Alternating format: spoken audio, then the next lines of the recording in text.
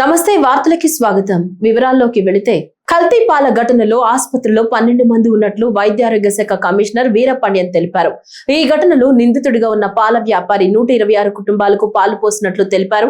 తూర్పు గోదావరి జిల్లా రాజమహేంద్రవరం లాలా చెరువులోని చౌడేశ్వరి నగర్, దివాన్ చెరువులో స్వరూప్ నగర్ కిడ్నీ బాధిత ప్రాంతాల్లో కలెక్టర్ కీర్తి చేకూరి జిల్లా ఎస్పీతో కలిసి వీరపాండ్యన్ క్షేత్రస్థాయిలో పర్యటించి వివరాలు తెలుసుకున్నారు.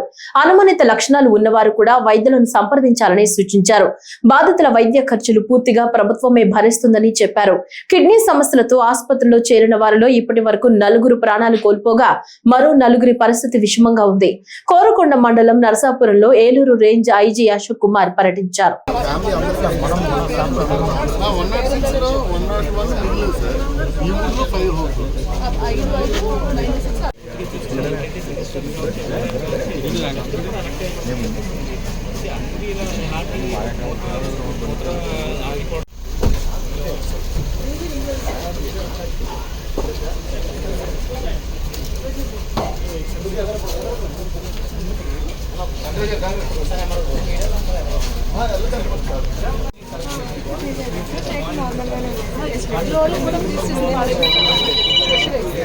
ఈవినింగ్ వరకు కలెక్షన్ అవుతాయి కదా.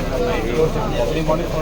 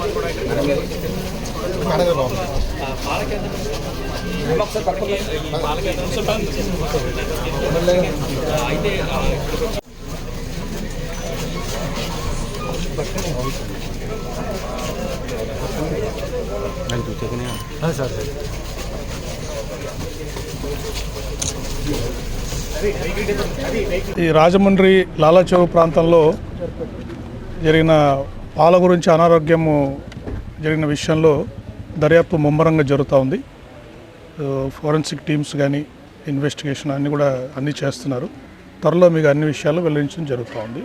ప్రజలు దీని గురించి ఆందోళన పడాల్సిన అవసరం లేదు. ఇది ఒక్క సోర్స్లోనే ఒక్క క్యాన్లోనే జరిగినట్టుగా మనకు తెలుస్తూ ఉంది. సో ప్రస్తుతానికి అక్కడ క్లోజ్ చేశారు కాబట్టి ఇష్యూస్ ఏం లేవు.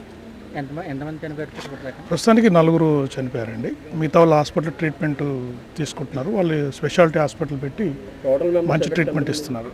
మొత్తం నిందితుడు ఈ కార్యక్రమం ఎప్పటి నుంచి చేస్తున్నా ఏమన్నా డీటెయిల్స్ అన్నీ మీకు త్వరలో తెలియజేయడం జరుగుతుంది. డీటెయిల్స్ అని చెప్తాను.